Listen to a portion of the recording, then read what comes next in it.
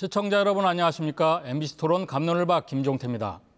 지난 2월 근로기준법 개정안이 국회 본회의를 통과하면서 이달부터 300인 이상 규모의 사업장은 주 52시간 근무제를 시행하고 있습니다.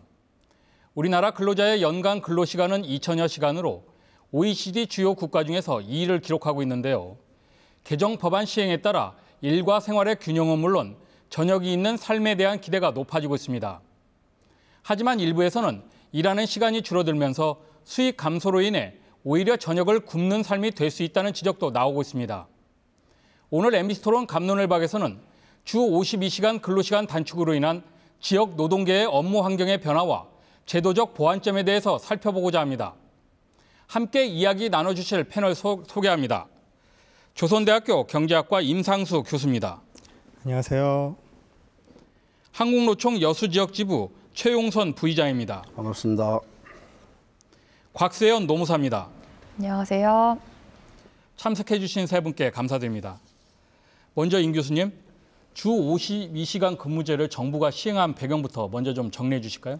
네, 우리 정부의 이제 경제 성장 전략이 양적 성장에서 질적 성장으로 전환됨에 따라서 복지에 대한 관심이 높아지게 되었습니다. 이제 특히 이제 근로자들에 대한 복지에 대한 관심이 높아졌는데 이제 그동안에 이제 그 과로로 인해서 우리 근로자들의 이 복지가 상당히 위축이 되고 이로 인해서 생산성 악화로 이어졌다라고 이제 생각을 해왔기 때문에 이 근로 시간을 줄일 필요성이 있다라고 생각을 한 것입니다. 그로 인해서 현행 68시간까지 근무할 수 있는 수준에서 이제 52시간으로 이 시간을 줄인 것이 이제 배경이라고 말씀드릴 수 있습니다. 네, 결국 일주일에 근무할 수 있는 최대 시간이 68시간에서 52시간으로 줄어들었다는 얘기인데요. 곽세연 노무사님, 네, 그 이번에 개정된 근로기준법에 대해서 좀 더 구체적으로 좀 설명해 주실까요? 네, 앞서 교수님께서 말씀하신 것처럼 근로시간 단축에 대한 논의는 끊임없이 이어져 왔는데요. 이번에 개정된 내용은 말 그대로 주당 법정 최대 근로시간이 52시간으로 단축된 것입니다. 이러한 논란이 있게 된 이유는 그 일주에 대한 개념이 없었기 때문인데요. 고용노동부는 이 일주에 대해서 그 근로 의무가 있는 평일 5일로 해석을 해왔습니다.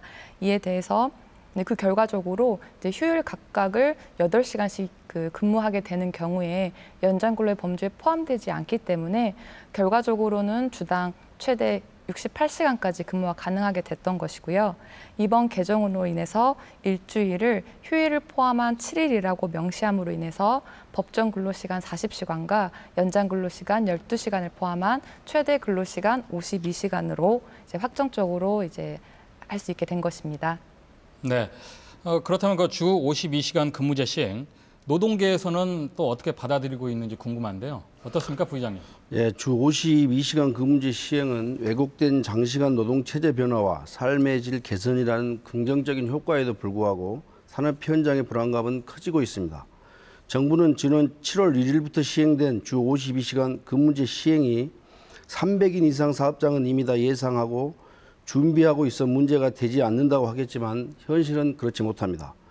한국노총이 개정 근기법 시행으로 실제 노동시간이 단축되고 있는지 여부에 대하여 소속 사업장 267개 사업장을 중심으로 6월 20일부터 27일까지 8일간 7월부터 개정 근로기준법 적용이 예상되는 300인 이상 사업장 중에서도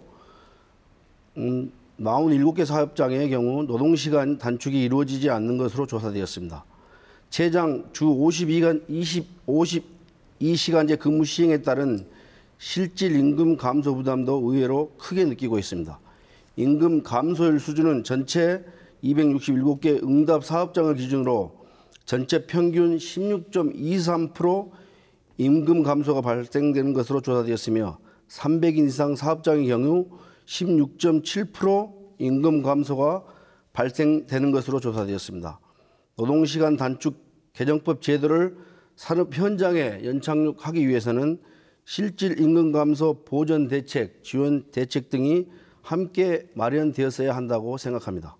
네, 근로시간 단축과 함께 실질적인 임금 보전 대책이 같이 수반돼야 된다 그 말씀이죠? 예, 그렇습니다. 네, 그렇다면 임 교수님, 그 노동자가 지금 주 52시간밖에 일을 못하게 되니까 회사는 결국 신규 인력을 채용해야 되지 않습니까?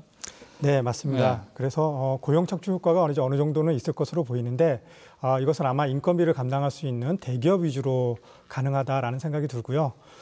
중소기업 같은 경우에는 이런 인건비 부담이 크기 때문에 과연 이제 신규로 이제 고용을 창출시킬 수 있을 것인가에 대해서는 이제 미지수라고 말씀드릴 수 있을 것 같습니다.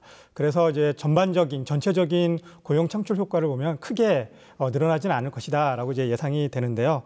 더욱이 이제 이 4차 산업혁명으로 인해서 이 로봇으로 이제 대체되고 있는 상황 하에서 이와 같은 이 주 52시간 근무제 도입을 계기로 해서 오히려 이 로봇으로 대체하는 그런 속도가 더 빨라지지 않을까라는 이제 우려도 되는 상황입니다.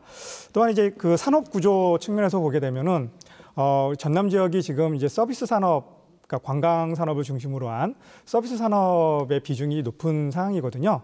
그래서 어찌됐든 간에 이제 주 52시간 근무제를 도입을 하게 되면 이제 퇴근 후에 이 시간들이 많이 이제 남는 상황이 되기 때문에 그 시간을 활용할 가능성이 크고, 특히 이제 관광 산업 같은 경우가 이제 크게 이제 그 발전할 가능성이 큽니다. 그래서 전남 지역의 경우에는 아마 이제 관광업을 중심으로 해서 이 서비스 산업의 구조가 재편될 가능성도 있다라고 말씀드릴 수 있을 것 같습니다. 네, 농사님, 지금 근로시간 단축제가 우선 그 300인 이상 사업장을 대상으로 하고 노동 현장의 혼란을 방지하기 위해 6개월간의 계도 기간을 두지 않았습니까? 네. 근데 계도 기간 중에서 주 52시간 근무제를 지키지 않으면 어떻게 됩니까? 네, 말씀하신 것처럼 그 한국경영자총협회에서는 이러한 법 시행에 대한 부작용의 우려로 기존에 20일로 예정되어 있던 계도 기간을 늘려줄 것을 요청했고요.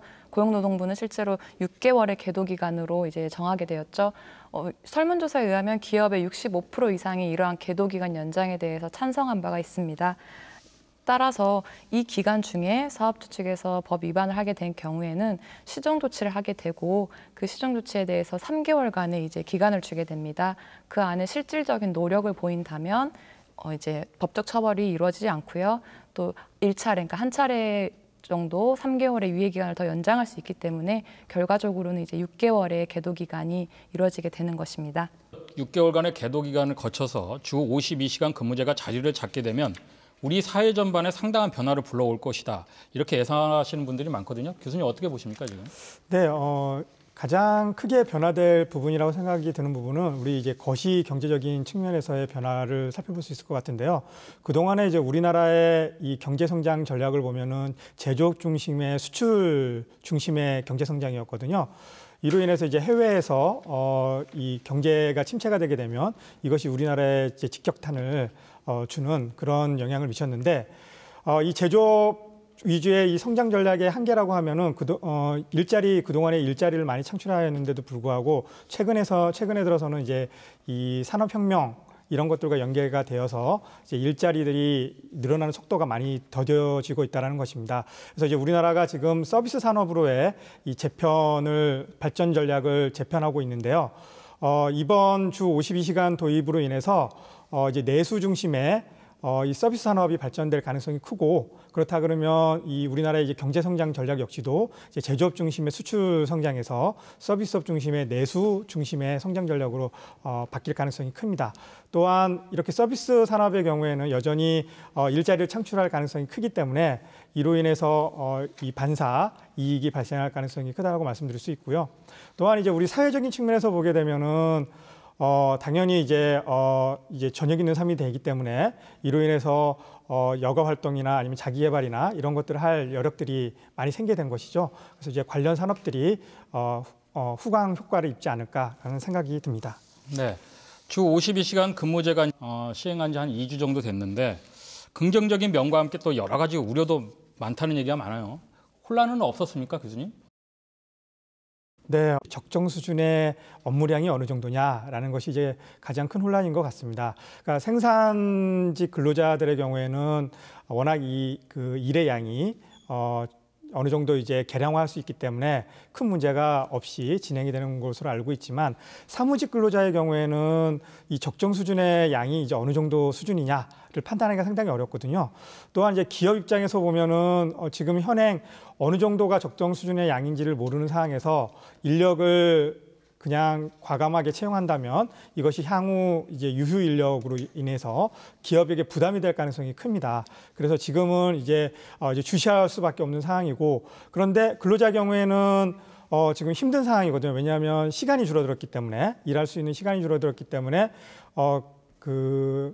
이제 근무 시간에 그 일을 처리해야 하는 부담이 이제 커진 것입니다. 이렇게 이제 노측과 사측 간에 이런 적정 수준의 일의 양이 어느 정도냐를 판단하는 게 이제 어려움이 있을 것이다라고 생각이 들고, 이로 인해서 혼선이 있는 것으로 알고 있습니다. 또 하나는 이제 특정 기업의 경우에는, 업종의 경우에는 일이 특정 시점에 몰리는 경우가 있거든요. 이럴 경우에 지금 현행의 경우에는 이 탄력 근로제라는 것이 있는데, 이 탄력 근로제가 이제 3개월, 최장 3개월까지밖에 활용할 수가 없는 상황입니다. 그래서 이로 인해서 기업의 입장에서는 생산하는 데 있어서 애로를 겪고 있는 그런 상황인 것 같습니다. 네, 곽세현 노무사님. 네. 지금 순천 지역에서 노무사 일을 하고 계시죠? 네. 어떻습니까? 이 주 52시간 단축제가 시행되고 나서 네. 어떤 뭐 민원이나 뭐 이런 것들이 많이 들어옵니까? 네. 어떻습니까? 제가 근무하는 그 전남 비정규직 노동센터를 통해서도 제가 많은 이야기를 듣고 있는데요. 먼저 기업의 입장에서는 업무의 효율화, 즉 집중 근무에 대한 관심이 많아지기 때문에 그에 대한 문의가 많고요. 그와 관련해서 근로 시간에 대한 그 문의도 많습니다. 예전부터 근로 시간의 개념에 대해서는 참 많은 논란이 있었죠. 뭐 예를 들어 회식이나 교육 훈련이 과연 근로 시간이냐 아니냐에 대한 그 논의가 많았는데요. 그러한 이야기가 계속되고 있었고요. 또 두 번째로 탄력 근로제, 즉 유연근무제의 하나인 탄력 근로제에 대해서 특히 300인 이상 사업장 중에서 노동조합이 있는 곳이 있습니다. 그러한 사업장의 경우에는 탄력 근로제 도입을 위해서는 노사 간 합의가 필요한데요. 그와 관련해서 충돌이 일어나는 부분이 또 있을 수 있었고요. 또 공통적으로, 즉 전반적으로 인력 채용에 대한 그 어려움을 호소하는 분들이 많았습니다. 특히 제조업의 경우는 승용공을 필요로 하는데 그 시장에서의 그 승용공을 구하기가 쉽지가 않고, 그러다 보면 교육훈련으로 이러한 것을 대체해야 되기 때문에 기업의 입장에서는 교육훈련 비용이 소모되게 되고요. 또 역시 근로자 입장에서는 임금 손실 부분이 모두 아시다시피 문제가 되는 부분이기 때문에 그런 부분들을 문의하시는 분들이 참 많았습니다. 네, 최영선 위원장님, 그 주 52시간 근무제 시행이 이제 시행 초기라 좀 어수선한 분위기란 얘기도 많거든요. 지역 노동자들은 생각은 어떻습니까? 지금 저희 지역은 24시간 교대 근무를 하는 그런 시스템으로 돌아가고 있기 때문에 이 실시간 노동 단축은 고용 창출과 공정한 소득 분배와 밀접하게 연결이 되어 있지 않습니까? 그런데 이제 이것에 따른 갑작스런 실질 임금 감소에 대한 그런 하소연이 많고요. 또 4주 3교대를 하는 그런 업체들이 이제 4주 2교대나 5주 3교대 이런 교대제를 개선해야 되는 그런 어려움들이 있습니다. 그리고 특례 업종이나 사업장의 특성을 좀 더 고려하지 않는 그런 부분들이 있어서 이런 것도 어려움이 있고, 적정 노동 시간이나 또 적정 임금, 열악한 복지 등의 개선이 우선시 되어야 이 고용 창출이 가능한데, 제조업이나 작업 환경이 어려운 사업장에서 신규 고용이 정말 가능할까? 이런 부분들에 대해서 염려와 걱정이 많은 걸로 알고 있습니다. 네, 임상수 교수님. 네. 그 주 52시간 근무제 시행으로 아무래도 좀 여유 시간이 늘다 보니까 문화나 레저 등 관련 업종은 수혜를 보지만 피해를 얻는 업종도 있다고 하는데 그렇습니까? 네, 당연히 이제 제조업 쪽에서 이제 서비스업이 호혜를 입었다고 한다면 제조업 쪽에서는 오히려 이제 피해를 입을 가능성이 크다라고 이제 말씀을 드릴 수 있을 것 같습니다. 왜냐하면 이제 업무량이 앞서서 말씀드린 것처럼 일정 수준 이제 정해져 있기 때문에, 만약에 지금 현행 이 주 52시간 근무제가 지금 시행되고 있지 않습니까? 이로 인해서 이제 그 근로 시간이 그만큼 줄어들었기 때문에 그 근로 시간을 다른 식으로 이제 채워 넣어야 할 필요성이 있다라는 거죠. 그걸 이제 어떻게 채워 넣을 것이냐? 그건 이제 신규 고용을 통해서 채워 넣을 수밖에 없는 것이고, 이렇게 새롭게 고용을 한다는 얘기는 그만큼 인건비가 더 들어갈 수밖에 없기 때문에 제조업 부문에 있어서 인건비 상승으로 이어질 가능성이 크다. 그리고 이것은 이제 비단 제조업에서 그치는 것이 아니고 결국은 이제 우리나라 물가 수준에도 영향을 미칠 수 있다라는 점에서 이제 피해 정도가 보일 것이다라고 생각이 들고요. 업종이 아닌 이 대중소 이렇게 기업의 크기에 따라서도 이제 차별이 그러니까 피해 규모가 달라질 것 같은데 대기업 같은 경우에는 앞서 말씀드린 것처럼 충분히 준비를 해왔고 그리고 이 인건비를 충당할 수 있는 여력이 충분히 되지만 중소기업 같은 경우는 그렇지 않거든요. 그러면 이 생산 수준을 맞춰야 되는데 이 생산 수준을 이제 어떻게 맞출 수 있느냐라는 것이 이제 문제가 될 수밖에 없는 것입니다. 이로 인해서 이제 중소기업에 큰 타격이 주지 않을까라는 생각이 듭니다. 네, 최영선 부의장님, 그 전남 동부 지역의 경우 그 산단이 밀집해 있고 일의 특성상 교대 근무가 많지 않습니까? 예, 그렇습니다. 근로시간 단축으로 인해서 교대 시간에 변화가 생기고 또 근로 유연성이 떨어질 것이다. 또 이렇게 우려하는데 실제로는 어떻습니까? 그 여천 산단이 기초 화학물질과 유연물질 취급이 많습니다. 또 50년이나 됐기 때문에 특성상 근로시간 단축에 따른 무리한 작업 방식이 또 중대 재해를 불러와서 큰 사고로 이어질 수 있기 때문에 숙련된 인력 보강이 선행되어야 합니다. 공장 가동 정지나 긴급 보수 등과 같이 이런 긴급 상황 시에 근로 유연성의 저하에 따라서 산업재해가 발생할 수 있는 그런 지금 우려들이 많이 있는데요. 사업장의 특성에 따라서 노사가 근로시간에 대해서 특별한 합의를 하면 그 합의에 효력을 부여하는 유연화된 제도가 있었으면 하는 게 저희 노총의 그런 바람입니다. 네, 그 임상수 교수님, 주 52시간 근무를 지켜야 하지만 무조건 주 단위로 52시간을 맞춰야 하는 것은 아니지 않습니까? 네. 탄력 근무제라는 게 있죠. 예, 네, 앞서 이제 말씀드린 것처럼 이제 특정 시점에 이제 일이 몰리는 업종들이 있거든요. 이렇게 되면은 주 52시간으로 묶게 되면은 이 생산량을 맞출 수가 없게 됩니다. 그래서 만약에 생산량을 맞추게 되려면 그만큼 신규 고용을 더 해야 된다는 것이죠. 문제는 특정 시점에 일이 몰릴 때는 이 신규 고용을 통해서 생산을 할 수 있는 여건이 되지만 이제 다시 원상태로 돌아가서 생산량이 이제 평상시 시점으로 돌아가게 되면 이렇게 새롭게 뽑은 고용 인원들은 이제 유휴 인력으로 되어서 기업에게는 큰 비용 부담이 될 수밖에 없는 것입니다. 그래서 이런 문제를 해결하기 위해서 이 탄력적 근무제를 이제 도입을 한 것인데요. 쉽게 말씀드려서 이제 뭐 2주가 있다라고 이야기를 하면 2주에 1주는 일이 몰리는 시기고 두 번째 주는 일이 몰리지 않는 시기라고 하면 1주에 62시간 정도를 근무를 하고 2주째는 52시간 정도를 근무를 해서 그래서 총 42시간 정도를 근무를 해서 총 평균적으로 2주 동안에 52시간의 이 주당 시간을 맞춘다라는 것이 이제 탄력적 근무제의 개념이라고 말씀드릴 수 있습니다. 그런데 이 탄력 근무제 시행을 놓고는 좀 의견들이 좀 분분하다 그랬는데 어떤 상황입니까 지금? 기업 입장에서는 이 탄력적 근무제를 좀 더 지금 3개월 최장 활용할 수 있는 기간이 3개월로 되어 있는데 이 부분을 이제 6개월로 연장을 하고 싶어 하는 것입니다. 그래야 이 향후에 이제 일이 몰릴 때 이거 분산을 시켜서 이 근무를 할 수 있는 여건을 근로시간을 확보할 수 있는 여건을 만들 수가 있는데 근로자 경우에는 이제 또 다른 얘기가 되는 것이죠. 오히려 6개월로 가져가게 되면 그만큼 근로 부담이 크기 때문에 그런 본 제도의 도입 의도와는 다르다라는 것이 이제 또 근로자들의 입장이기 때문에 노측과 사측 간에 이런 갈등이 생길 수밖에 없는 부분입니다. 네, 이렇게 업종별로 근무 형태가 다를 수밖에 없다 보니까 유연 근무제를 또 두고 있는데 어떤 방식을 말하는 건가요, 교수님? 네, 조금 전에 말씀드렸던 이제 탄력적 근로시간제라는 것이 있고 또 이제 선택적 근로시간제라는 것이 있고 재량적 근로시간제라는 것이 있습니다. 탄력적 근로시간제라는 것은 이제 조금 전에 말씀드린 것처럼 기업 입장에서 생산이 이제 몰릴 때 미리 근로시간을 땡겨서 쓸 수 있는 이제 그런 탄력적인 운영을 할 수 있게끔 만들어준 제도가 탄력적 근로시간제라고 하면 선택적 근로시간제라고 하면 이제 근로자들이 재량적 근로시간제와 선택적 근로시간제라고 하는 것은 이제 근로자들이 이제 선택을 할 수 있게끔 하는 부분인데요.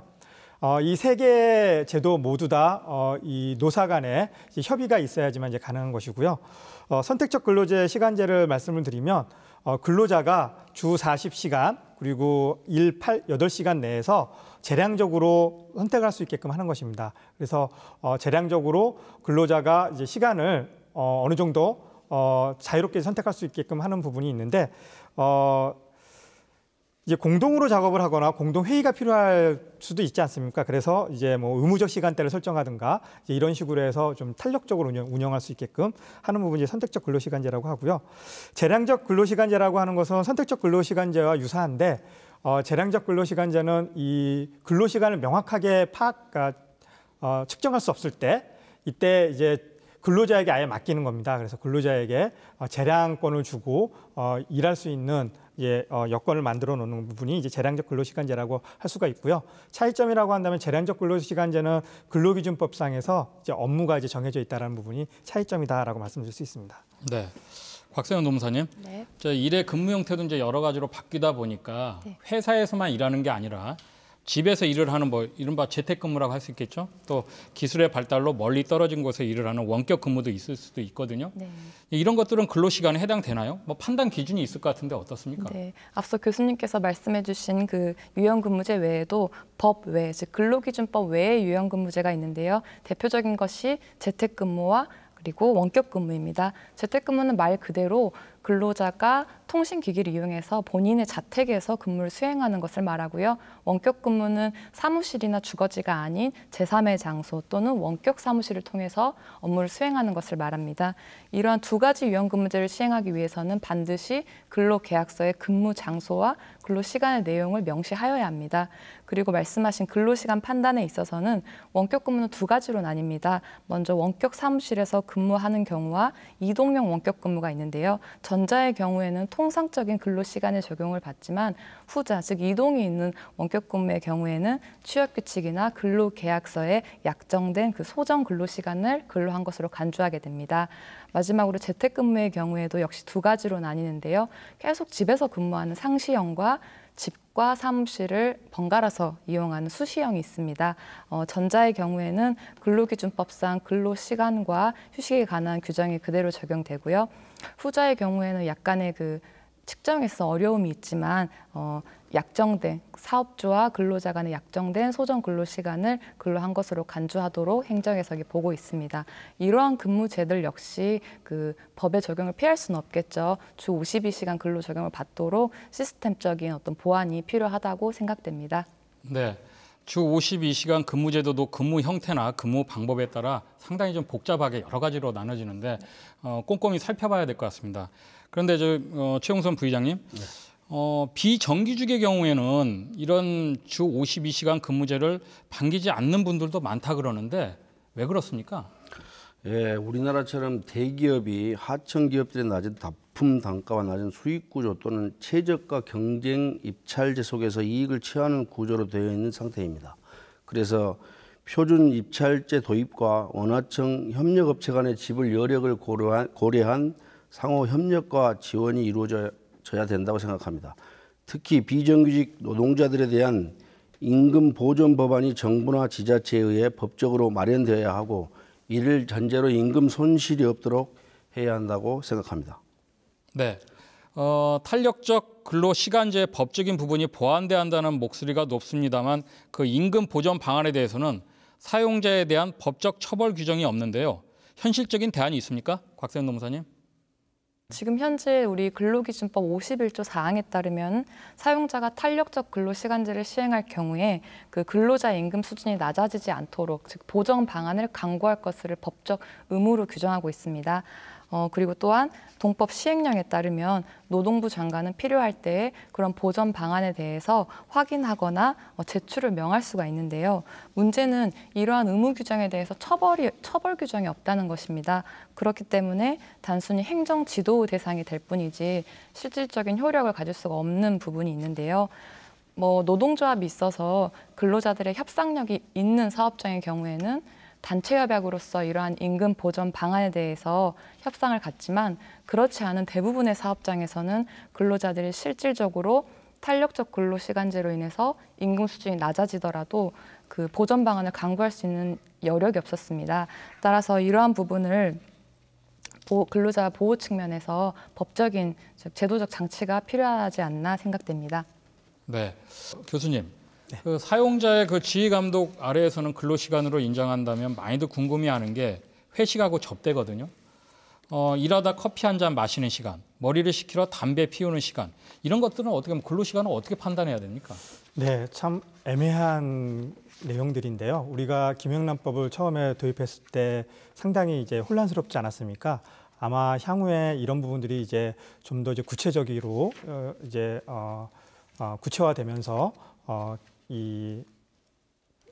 제대로 이제 자리를 매김할 것이라고 예상이 되는데요. 일단 지금 현재 말씀을 드리게 되면 이 기준이 어떻게 되냐면 이것이 사적으로 참여를 하는 것이냐 아니면은 회사의 이 공적인 업무로 참여하는 것이냐 이걸로 이제 구분이 되어 있습니다. 그래서 사적으로 회식에 참여하게 되면 이 부분은 이제 근로시간에 포함되지 않는 것이지만 이 회사의 요청에 의해서 참여하게 되면 그러면 이 부분은 이 회식이나 아니면 이 접대 같은 부분은 이제 또 근로시간에 이제 포함되게 되어 있습니다. 그래서 아마 이런 부분들이 이제 회사의 요청이냐 아니면 개인이냐 하는 부분들에 대한 어떤 이제 회사들 차원에서의 어떤 이제 규정이나 이런 것들이 이제 명확하게 향후에 이제 적시가 되지 않을까라는 생각이 들고 있고요. 또한 이제 그 커피 한 잔 마시는 시간, 그다음에 담배 피우는 시간도 지금 현행 근로기준법상에서는 이게 이 근로 대기 시간이라고 그래서 노동 시간에 포함이 되어 있습니다. 네, 그런데 이제 기업 입장에서는 이제 그 주 52시간으로 이 근무하는 시간이 이제 정해져 있기 때문에 이 시간을 상당히 많이 활용을 하려고 노력을 할 것입니다. 그래서 아마도 이 휴식 시간에 대해서도 기업 입장에서 나름대로의 가이드라인이 정해져서 이 근로자 입장에서는 그동안에는 좀 이제 자유롭게 휴식 시간을 이용했다고 한다면 이제는 좀 이제 그 규제로 아마 휴식 시간을 활용해야 되지 않을까라는 생각이 듭니다. 네, 최영선 부의장님, 회식 얘기가 나왔으니 하나 더 여쭤보겠는데요. 네. 그 회식은 기본적으로 업무 목적이 아니니까 그 상사가 참석을 강제했더라도 근로시간으로 인정하지 않지 않습니까? 네. 그렇게 되면 점점 회식 문화가 사라질 것이다. 또 이런 변화를 감지하는 목소리도 높거든요. 그런 부분에서는 어떻게, 지금 노동계에서는 어떻게 보고 계십니까? 네, 한국 사회는 이 관계하고 네트워크를 중요시 생각하는 그런 이제 사회 문화가 정착하고 있는데요. 이 회식 문화가 사라지면 그 회사의 조직 문화가 사라질 것이라고 저는 생각합니다. 왜냐하면 이제 회식이라는 것이 직장 선후배들 간에 또 서로 다른 전문성을 가진 직원들끼리 만나서 업무 협조를 구하고 또 소통하고 화합하는 그런 어떻게 보면 회사 발전을 위한 기회의 장소인데 그런 것이 없어진다 그러면은 뭐 생산성 저하에도 큰 문제가 될 것이고 또 나아가서는 이게 김영란법 이후에 저희 외식업자들이 또 이렇게 한 번 더 타격을 받았는데 근로시간 단축이 됨으로 인해서 지역사회 경제에도 영향을 미쳐서 이 외식업자들이 그 또 한 번 죽이는 그런 결과를 초래할 것이고 또 우리 여천 산다는 사택 문화가 발전되어 있지 않습니까? 이제 그것으로 인해서 사택 내에서 이런 회식을 하는 그런 문화가 또 다시 한번 재발을 한다면은 그 우리 지역 사회에도 지금처럼 뭐 낭만포차 엑스포 때문에 관광객들이 많이 찾아오고 계시는데 그런 것에 동반되지 않고 겉으로만 그냥 화려한 것 같고 내부는 이 여기에 계시는 지역 사회에 공헌을 하지 않는다면 이 기업이 존재하는 가치가 저는 없다고 생각합니다. 그래서 회식 문화는 그 존재해야 되지 않나 이렇게 생각합니다. 네. 그 주 52시간 근무제로 노동자들이 가장 걱정하는 부분이 임금 감소거든요. 당연히 일하는 시간이 줄어들면 수입도 줄어들 것이다. 이렇게 생각하는데 이 부분에 대해서 한번 세 분의 말씀 좀 들어보겠습니다. 먼저 교수님 생각은 어떻습니까? 네, 우리 지금 사회자께서 말씀하신 것처럼 당연히 일을 적게 했기 때문에 그만큼 초과수당을 가져갈 수 없고 그것은 이제 근로소득 저하로 올 수밖에 없는 것이죠. 특히 이제 우리나라의 지금 문제점을 살펴보면 이 빈부격차가 점점 커지고 있다는 게 문제점이 아니겠습니까? 그런데 이제 대기업과 중소기업을 보게 되면 지금 현행 이 근로소득에 있어서 격차가 지금 발생하고 있는 상황입니다. 그런데 이렇게 중소기업의 경우에는 그동안에 근로자들이 선택할 수 있는 기회가 있었다는 거죠. 초과수당을 통해서 일을 더 함으로 인해서 그래서 이제 근로소득을 더 확보할 수 있는 그런 이제 여지가 있었는데 이제는 그런 여지를 법적으로 못하게 해버렸으니까 그만큼 중소기업의 근로자들은 소득을 창출할 수 있는 기회가 이제 없어진 거죠. 그러면 결국은 대기업과 중소기업 간의 이 노동자들의 소득 격차는 더 커질 수밖에 없고 빈부 격차는 더 커질 수밖에 없다라는 것입니다. 이 부분이 문제가 아닌가 싶습니다. 네. 노무사님 생각은 어떻습니까? 네, 저도 교수님 의견에 동의하는 바입니다. 사실 연장 근무와 휴일 근무가 많지 않은 사업장에서는 이와 같은 근로시간 단축으로 인한 임금 감소는 큰 타격이 없습니다. 문제는 임금의 대부분이 수당, 즉 연장 근로수당이나 휴일 근로수당으로 구성되어 있는 제조업 종사자분들이라든지 기타 직군에 종사하시는 분들이 문제인데요. 실제 어떤 조사에 의하면 이런 근로시간 단축으로 인해서 받지 못한 수당, 즉 받을 수 있었던 수당이기도 하죠. 그게 1인당 38만 원 수준에 육박한다고 합니다. 이처럼 이런 문제를 해결하기 위해서는 결국 법정 근로시간과 법 내, 법의 테두리 안에서 연장 근로로 인해서도 충분히 인간다운 삶을 살 수 있는 장치가 필요한데요. 그게 바로 최저임금이죠. 다만 우리나라는 최저임금이 사실 최고임금으로 통용되고 있는 실정 아닙니까? 따라서 지금 생활임금 제도란 것이 있죠. 인간다운 삶을 보장하기 위해서 최저임금보다는 조금 더 높은 수준의 임금을 설정한 것인데요. 지금 현재는 지자체, 자치단체를 기준으로 이게 실행되고 있지만 이러한 부분이 민간 기업으로도 확대될 수 있도록 정부 차원에서 적극적으로 제도적 장치를 마련해야 된다고 생각합니다. 네, 최영선 부의장님. 네, 지불 여력이 있는 대기업들은 별 문제가 없을 거라고 생각합니다. 그렇지만 이제 생산직 근로자에게 추가 근로는 곧 추가 임금인데요. 이런 것이 이제 거진 사라졌기 때문에 저녁에 뭐 가족들하고 같이 여유 있는 시간을 보내야 됨에도 불구하고 또 뭐 알바를 한다든지 그런 걸 통해서 혼자 밥 먹는 사람들이 더 많아질 수 있는 그런 여력의 소지가 분명히 있다고 생각합니다. 그래서 가장이 가족 내에서 가족들과 함께 소통하고 여가 시간을 보낼 수 있는 그런 여러 가지 프로그램이나 방안들이 기업이나 지방 정부가 만들어서 활용해 볼 그럴 필요성이 있다고 그렇게 생각합니다. 네. 이제 주 52시간 이게 정착이 되면 근무 시간은 줄어도 업무량은 그대로다. 그래서 노동 강도는 더 높아지기 때문에 계속해서 과로 사회가 이어질 것이라는 분석도 있는데 교수님 생각은 어떻습니까? 네, 계속해서 이제 말씀드렸던 부분인데요. 당연히 이제 우리가 적정 수준의 일의 양이 어느 정도냐를 파악하지 못한 상황에서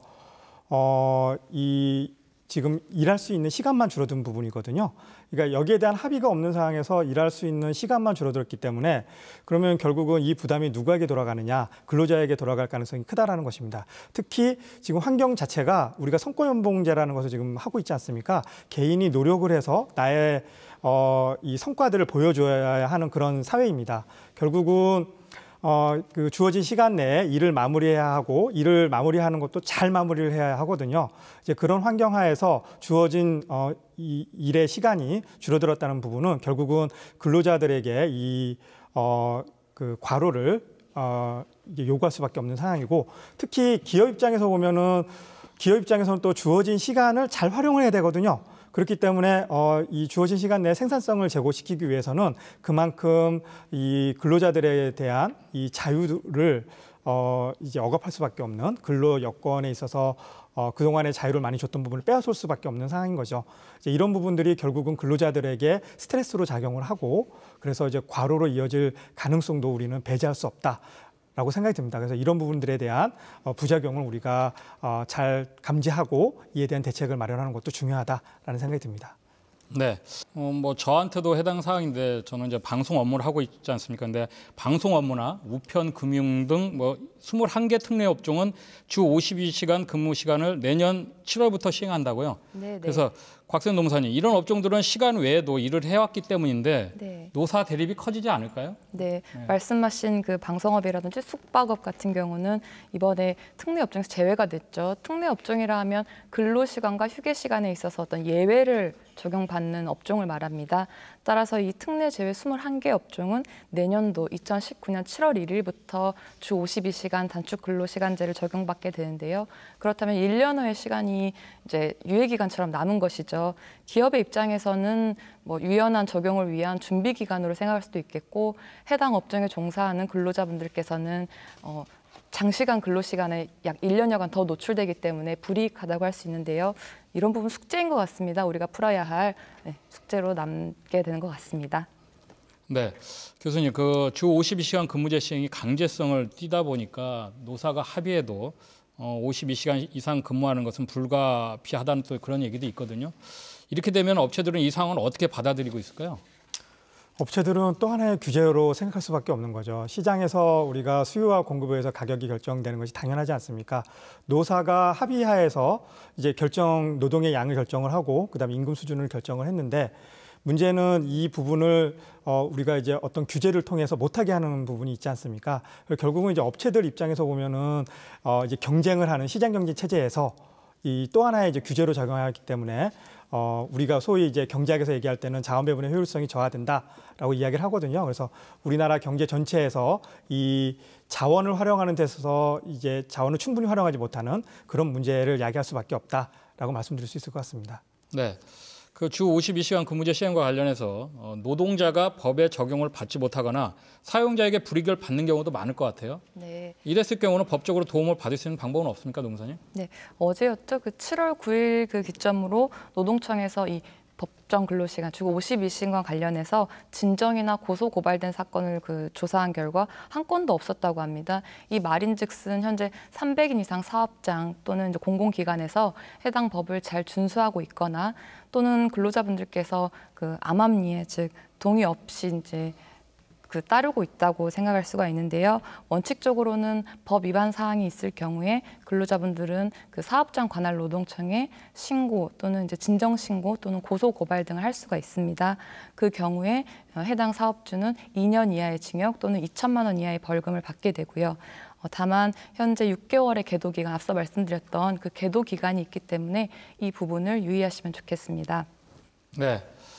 주 52시간 근무제 시행, 처음에는 혼란도 있겠지만 인간다운 삶을 위해서는 잘 정착돼야 할 것으로 보입니다. 이에 대해서 마지막으로 마무리 말씀 한 말씀씩 듣겠습니다. 청년 실업 해결과 비정규직의 정규직 전환의 여력을 확보할 수 있는 사회적으로 좋은 계기가 될 수 있습니다. 또한 적정 인력 채용과 적정 임금 보장을 위한 지불 여력이 제도 정착을 위한 중요한 요소라고 생각합니다. 산업별, 업종별 특성에 맞는 노동시간 단축 및 근무 형태 개선을 위한 노사정 협의가 지속적으로 이루어지는 것이 무엇보다 중요합니다. 문재인 정부가 노동 존중 가치의 기치를 내세운 만큼 노동시간 단축 방안을 개정 취지에 맞게 투명하게 정착시켜 청년 실업 해소, 비정규직, 정규직 전환을 실현할 고용 여력을 확보하여 다 함께 평등하게 일하고 공정하게 분배받는 노동의 가치가 실현되고 노동자가 대우받는 그런 사회가 되었으면 합니다. 네, 고맙습니다. 자, 곽세연 노무사님. 네, 사실 굉장히 법의 실행에 있어서 부드러운 연착륙이 참 어려운데요. 사실 노동 인권 실현과 노동 강국을 위해서는 피할 수 없는 길이라고 생각합니다.